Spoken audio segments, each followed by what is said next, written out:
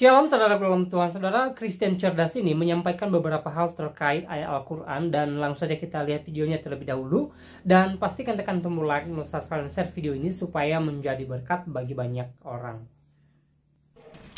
Dan ingatlah ketika Isa putra Maryam berkata, "Wahai Bani Israel," dia berbicara kepada Bani Israel. Oh ya, karena memang dia hadirnya di dalam Bani Israel benar.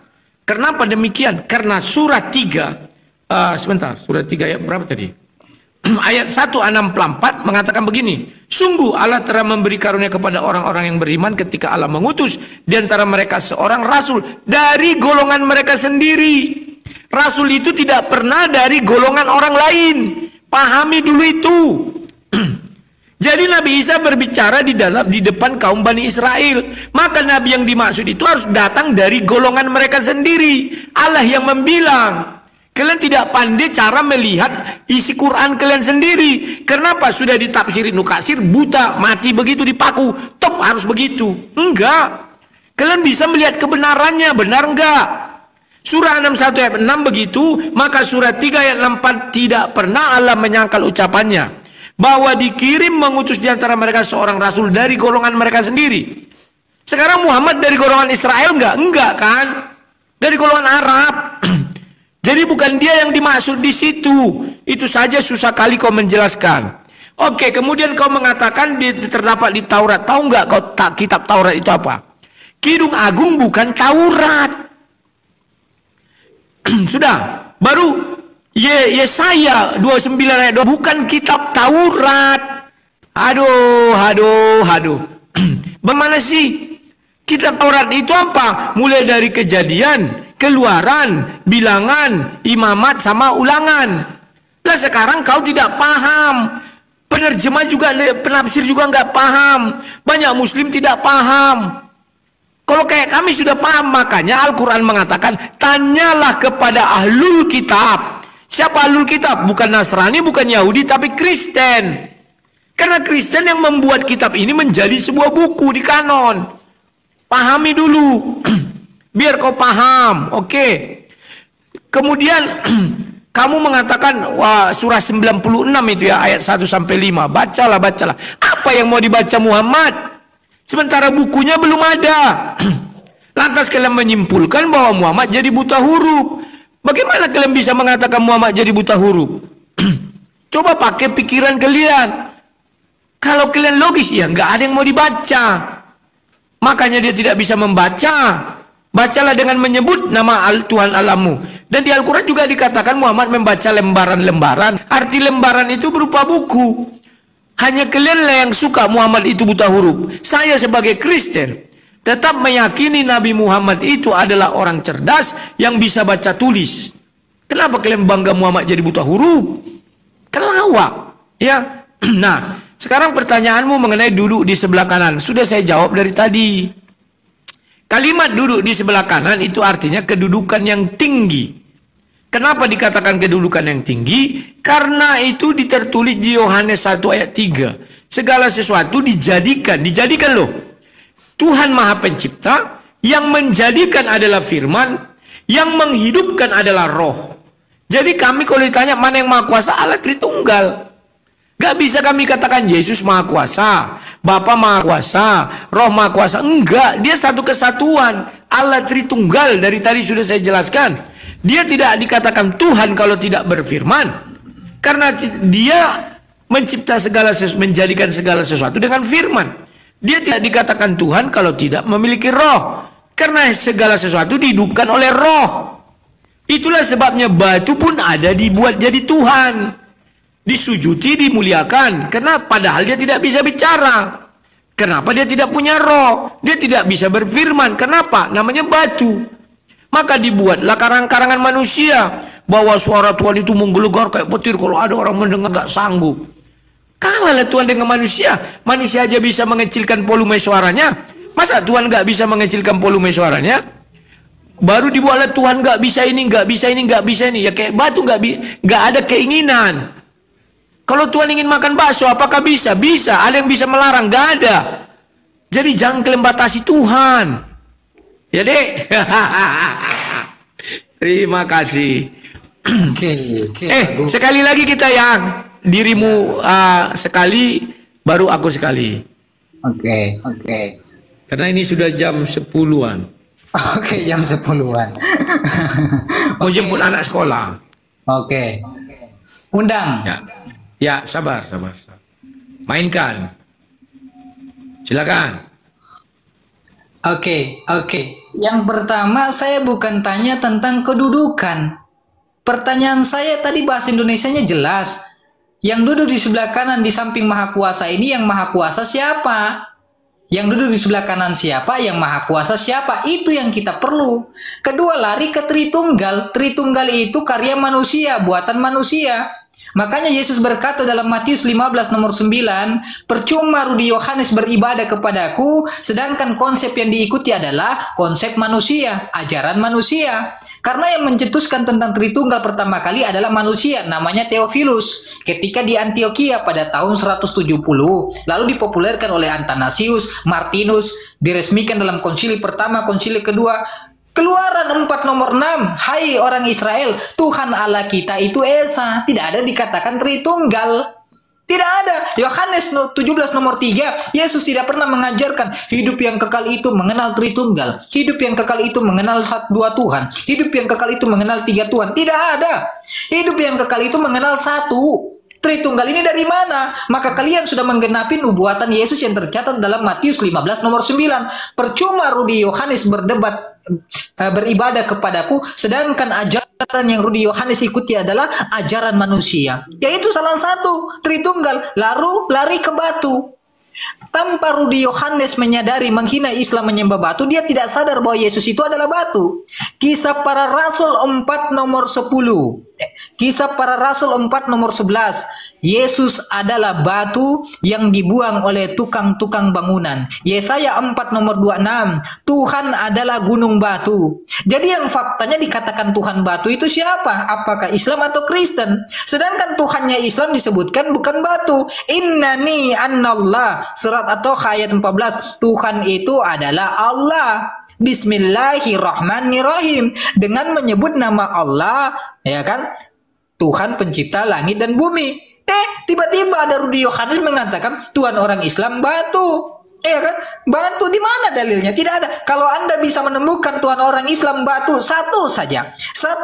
Saya berhenti berdebat. Satu saja dalil dalam Al-Quran maupun hadis yang sahih bahwa Tuhannya umat Islam namanya batu, seperti yang tertera dalam Kisah Para Rasul 4 nomor 11. Yesus adalah batu yang dibuang, ya kan? Hosea Yesaya 4 nomor 16, Tuhan adalah gunung batu. Itu dulu. Yang kedua, ya kan? Kenapa saya katakan dengan keras bahwa Yesus ini bukan Tuhan? Orang Matius 27 nomor 46, terdapat juga dalam Markus 15 nomor 35, dia memanggil Tuhan kok.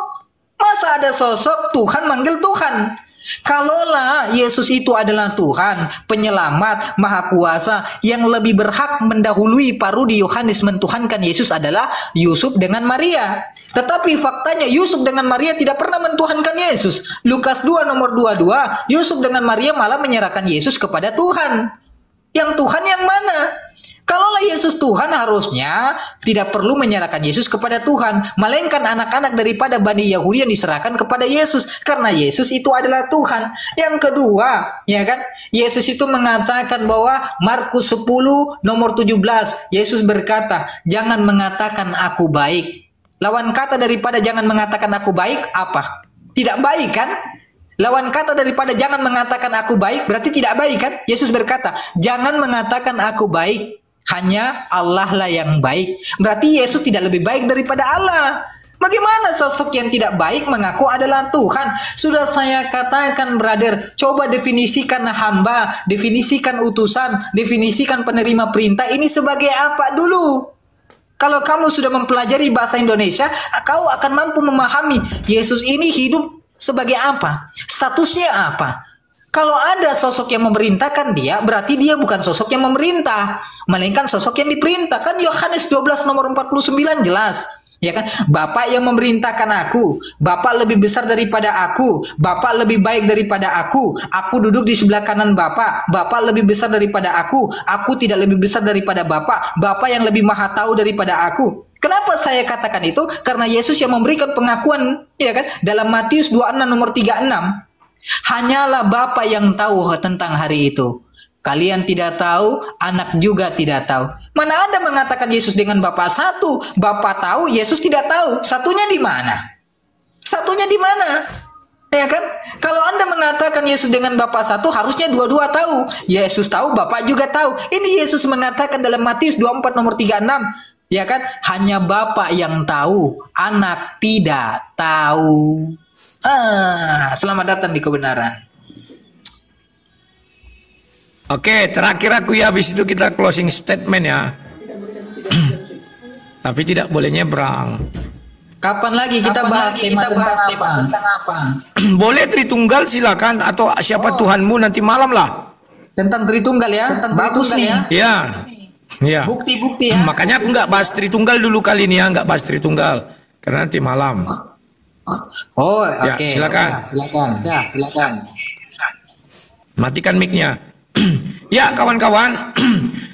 Nanti saya tidak membahas Tritunggal dulu. Tapi kami buat menjadi satu tema tersendiri mengenai Tritunggal. Oke? Ya. Saya membahas dulu Yohanes 17 ayat 3. Ini selalu dijadikan bahan oleh kawan-kawan muslim untuk menyangkal ketuhanan Yesus itu. Di situ justru Yesus mengatakan dia Tuhan. Bahwa mereka mengenal Engkau satu-satunya Allah yang benar. Carikan saya di Al-Quran, ada nggak kalimat seperti itu? Kenapa kalian selalu mengatakan Tuhannya Yesus adalah Allah? Carilah. Ada nggak dikatakan aku adalah satu-satunya Allah yang benar? Enggak. Tapi yang ada apa? Surah Al-An'am 108. Ada sesembahan lain yang diakuinya. Paham nggak kau? Jangan memaki sesembahan lain selain aku, yang selain daripada Allah. Berarti ada sesembahan lain. Paham nggak? Jadi Yohanes 17 ayat 14 itu di mana penjelasannya? Yohanes 14 ayat 6. Akulah jalan dan kebenaran dan hidup. Hanya Yesuslah yang berani mengatakan satu-satunya. Dia adalah kebenaran. Saya sudah baca Bible kami, tidak ada yang mengatakan kayak Musa, aku adalah kebenaran. Tidak ada Musa mengomongkan itu. Jadi hanya Yesuslah satu-satunya kebenaran, tidak ada yang lain. Artinya dia mau mengatakan Allah yang Esa yang kau dengar itu, kau kenal itu aku adalah aku. Kemudian kau baca Matius 4 ketika bertemu sama iblis. Sujudlah hanya kepada Allah semata katanya. Artinya Yesus menyuruh iblis sujud kepada dia. Kenapa? Karena dia adalah Tuhan. Ayo kawan-kawan penutup kasih mawar 5 biar kita gibal dia. Karena Yesus adalah Tuhan. Dari mana? Kan Lukas 11 itu tadi. Lukas 2 ayat 11. Akulah Tuhan. Tidak ada Allah. Yesaya 43 ayat 11. Akulah Tuhan. Tidak ada Tuhan selain aku. Juru selamat selain aku. Maka Lukas 2 ayat 11 telah lahir bagimu juru selamat. Ya, penutup kawan kali 3 nih sayang. Ya. Jadi itu harus kau pahami bahwa Yesus mau mengatakan aku adalah Tuhan. Tapi dengan cara yang tersirat. Bukan tersurat langsung. Kalau yang tersurat langsung Yohanes 13 ayat 13. Katamu aku guru dan Tuhan. Benar. Lanjut. Sekarang kau tanya mana yang lebih kuasa? Kan sudah kujawab berkali-kali. Yang duduk di sebelah kanankah ataukah Bapa itu? Kan sudah kujelaskan kalimat duduk di situ bukan duduk kita berdampingan. Karena Stefanus pun melihat. Dia melihat dalam roh dan kebenaran. Barang siapa melihat Allah dia akan binasa. Mana bisa dia melihat Allah itu duduk bersamping dia akan binasa. Paham nggak kau? Jadi itu kalimat yang namanya kalimat figuratif atau perumpamaan. Ya, itu yang harus kau pahami. Kemudian mengenai jangan kau mengatakan aku baik. Bukan berarti Yesus jahat. Pahami dulu kalimat. Kalau aku katakan, jangan kau katakan aku baik. Maksudnya apa? Allah saja katanya kan yang maha baik. Jadi maksudnya Yesus bukan berarti dia jahat. Contoh ketika aku mengatakan sama kau, jangan kau katakan aku baik. Aku berkeinginan orang lain yang mengatakan aku baik. Kan bisa. Hanya kepada kau ku katakan itu. Paham nggak kau? Bukan berarti aku adalah penjahat. Bukan begitu. Ya. Kemudian kawan-kawan, mengenai jalan ke sorga, nanti ini bagus juga dibahas ya. Karena saya akan membuktikan bahwa Muhammad itu tidak akan pernah sampai ke sorga. Kalau dia betul-betul ke surga dan dilindungi Allah SWT, hari ini dia sudah di langit. Kenapa dia masih ditanam di dalam bumi, di Arab Saudi? Sementara yang ke langit itu nabi-nabi Israel atau keturunan nabi-nabi terdahulu. Ya, itu harus kau pahami. Lantas dibuatlah cerita Isra dan Mi'raj. Bagaimana kau membuktikan kebenarannya? Oh, hadis menceritakan baginda Rasul bertemu dengan para pedagang. Kemudian ketika esok harinya atau apa ditanya, kalian kan bukankah kalian lewat dari gurun ini? Itu adalah memang jadwal saudagar. Ada enggak saudagar itu mengatakan, oh iya kami melihat kau di langit? Enggak ada. Itu cara berpikir mengenai kebenaran. Menggali kebenaran itu enggak bisa pakai kacamata kuda. Lurus saja begini, enggak. Setiap kalimat kau perhatikan. Ada enggak para saudagar itu mengatakan, oh iya kami melihat kau di langit beserta seekor burak, digambarkan buraknya begini begono. Ada enggak? Kan enggak ada. Belum lagi dikatakan dia memimpin sholat. Bagaimana roh-roh itu datang untuk bersolat? Padahal kebangkitan belum ada dalam Islam. Ya, terima kasih. Oke, penutup aku dulu ya, baru kau nanti ya. Nah, silakan. Halo. Closing statement. Ya, kita nggak usah nyebrang ya, karena kita sudah paparkan semua. Tunggu muncul ya. Ya, Closing pencet. statement. Siap. Tunggu dulu. Ini closing statement Pencet. kan? Iya. Aku dulu baru kok ya. Lanjut lagi kita. Malam nanti lah atau sore, karena aku mau jemput anak sekolah. Oh, malam lagi. Oke, malam deh. Ya, oke. Terima. Oke, terima kasih kepada apologet muda. Besar harapan saya kau menjadi pelapis daripada saudara-saudaramu apologet senior Islam. Cuman satu yang harus kau pertajam. Untuk membaca satu ayat, itu jangan buta seperti kacamata kuda. Cari ayat pendukung. Kalian malas mencari ayat pendukung ini ya. Itu nasihat aja. Kemudian kepada semua penonton, terima kasih atas kebaikan kalian semua. Bahwa kalian sudah mendukung kami berdua, baik yang Islam maupun Kristen. Tanpa sadar kalian menonton juga mendukung, sekalipun kalian mendukung di channel kami masing-masing ya. Terima kasih atas kebaikan kalian juga yang sudah memberi koin-koin. Karena itu untuk kelangsungan daripada setiap acara yang kami buat. Karena kami tidak bisa berperang tanpa dukungan kawan-kawan. Kalau di Bible dikatakan itu, adakah seorang pergi berperang dengan biaya sendiri? Tolong dijawab, kata Paulus. Jawabnya enggak ada. Ya, oke.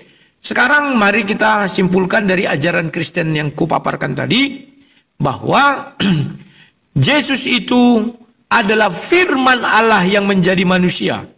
Ini yang sering orang lupakan. Firman Allah yang menjadi manusia. Kemudian bagaimana firman itu dikatakan Allah adalah Yohanes 1 ayat 1. Firman bersama-sama dengan Allah, maka firman itu adalah Allah. Apakah Yesus itu Tuhan? Iya. Dari mana kita ketahui Yesus itu adalah Tuhan? Selain daripada Yohanes 1 ayat 1, kalimat yang jelas adalah Yesaya 43 ayat 11. Akulah Tuhan. Tidak ada yang juru selamat selain aku. Kemudian di Lukas 2 ayat 11 juga dikatakan, telah lahir bagimu juru selamat di kota Daud.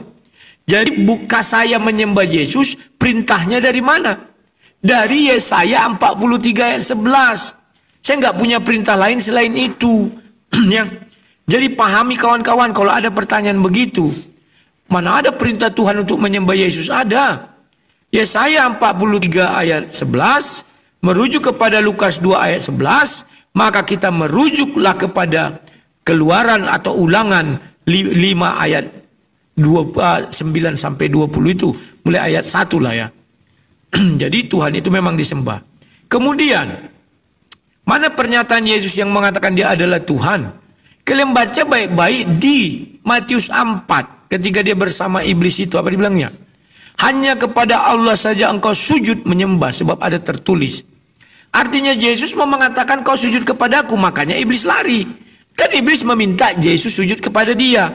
Tapi Yesus mengatakan hanya kepada Allah saja kau sujud. Artinya Yesus menyuruh kau sujud hanya kepadaku. Kenapa demikian? Karena Lukas 2 ayat 11. Bahwa Yesus adalah Tuhan, juru selamat. Maka iblis lari. Ya. Nah, jadi semua yang tidak mau sujud kepada Yesus, itu adalah pengikut iblis. Merujuk kepada Matius 4. Ya kawan-kawan ya. Nah, kemudian kalau dikatakan Tuhan itu bagaimana sih, mana yang lebih kuasa? Yesus, Roh Kudus, atau Firman?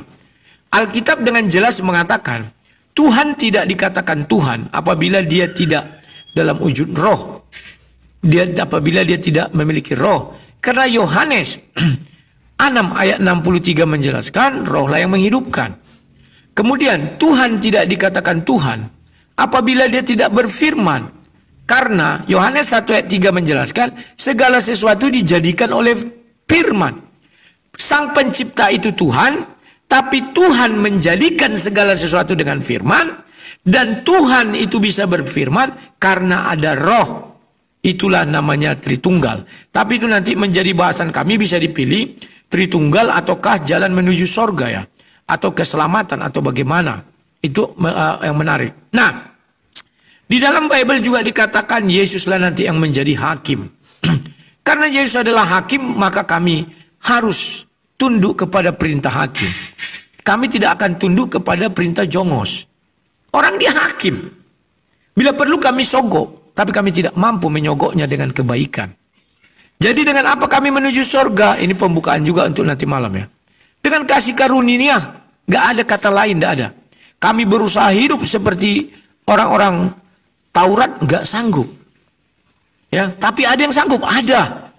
Kalau melaksanakan kasih yang ketiga, kasihilah musuhmu. Terima kasih. Videonya kita sudah simak apa yang menjadi bahan pembicaraan antara seorang Kristen dengan lawan bicaranya di video tadi.